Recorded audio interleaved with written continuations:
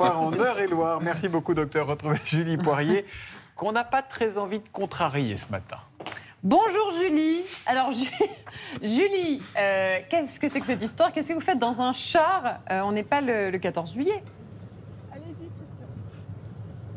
Allez-y Christian. Allez-y. Ben Marie, vous n'allez pas commencer à me faire un char, tout un char ce matin. Regardez, on y va, on avance. On est le 14... On y va Christian, on y va. On y va. On est le 14 juillet si je veux ce matin. Ouah, ça part. Si on est venu ici à Serres, c'est juste à côté de Chartres, c'est pour vous présenter la plus grande collection d'Europe de blindés que vous voyez autour de moi, 4e au niveau mondial. Et alors, le grand collectionneur, c'est Christian qui était aux commandes du char qui est juste ici.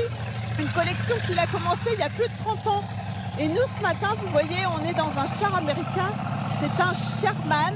Il date de 1943. Et vous savez, ces chars, eh bien, ce sont tout simplement ceux qui ont délivré la France et l'Europe lors de la Seconde Guerre mondiale. Christian, je vous donne un petit micro. La particularité de ce char, c'est que, regardez bien, c'est qu'il a un long canon. C'est ça? Il a un très long canon, celui-là.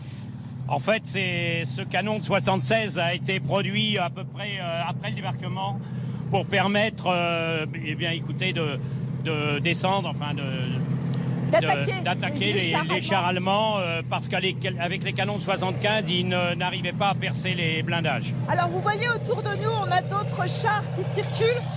C'est très bruyant, hein, Marie et Thomas. C'est vraiment la 7e compagnie qu'on a retrouvée. Ce sont aussi des chars américains autour, c'est ça? Oui, c'est ça. C'est que des chars américains qui ont...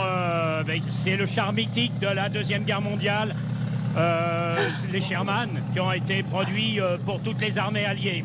D'accord. Et pourquoi vous collectionnez que les chars américains? Oui, que des chars américains. Oui. Et pourquoi vous collectionnez que les chars américains? Parce que, figurez-vous que mon histoire est très simple. C'est que quand j'avais 15 ans, mon grand-père m'a montré une photo quand les Américains sont arrivés dans Chartres. Il y avait 22 000 Allemands.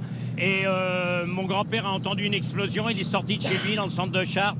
Et il s'est rendu compte qu'un Alf-Trac était en train de fumer. Ouais. Il a ouvert la portière et il y a quelqu'un un jeune Américain qui est tombé dans ses bras et qui est mort dans ses bras. Marie, est-ce que vous savez combien ça pèse un char comme ça? Je veux bien savoir, mais je veux bien aussi savoir combien ça coûte un char comme ça.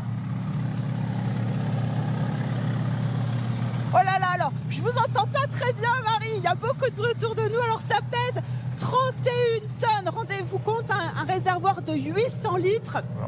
Et des chars comme ça, on n'en trouve plus beaucoup. Il faut vraiment aller les chercher autour du monde, hein. C'est ça, Christian? Oui, c'est ça, oui. J'en ai récupéré au Brésil, au Canada, au Portugal, enfin dans tous les pays du monde, et dans des états effroyables. Et on les a remis en état. Et aujourd'hui, ils sont avec leur mécanique d'origine, leur moteur d'origine. Alors, à savoir quand même, Marie et Thomas, que ces chars font leur cinéma. On les voit apparaître dans des grands films comme Il faut sauver le soldat Ryan. Il y a quel film aussi? Diplomatie, Soldat Ryan, Arthur et les Minimoys, Paul Pérémos. Et là, on est en train de tourner un film pour Pâté sur De Gaulle.